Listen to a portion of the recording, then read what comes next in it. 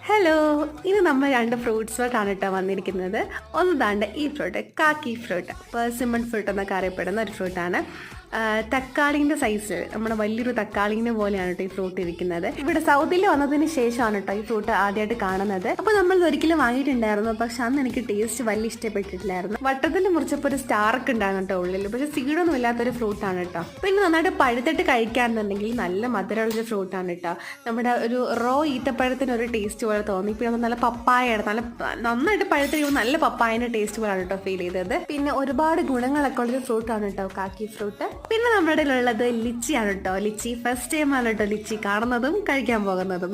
നമ്മുടെ റംബൂട്ടാൻ അതേ സംഭവം തന്നെയാണ് കേട്ടോ ഉള്ളില്. ലിച്ചിന്റെ ജ്യൂസ് കുടിച്ചിട്ടുണ്ട്, പക്ഷെ ഈ ഒരു സംഭവം കഴിച്ചിട്ടില്ല കേട്ടോ. ഇതിന്റെ ടേസ്റ്റ് പ്രത്യേകിച്ച് പറയേണ്ട ആവശ്യമില്ല, നല്ല അടിപൊളി ടേസ്റ്റ് തന്നെയായിരുന്നു കേട്ടോ.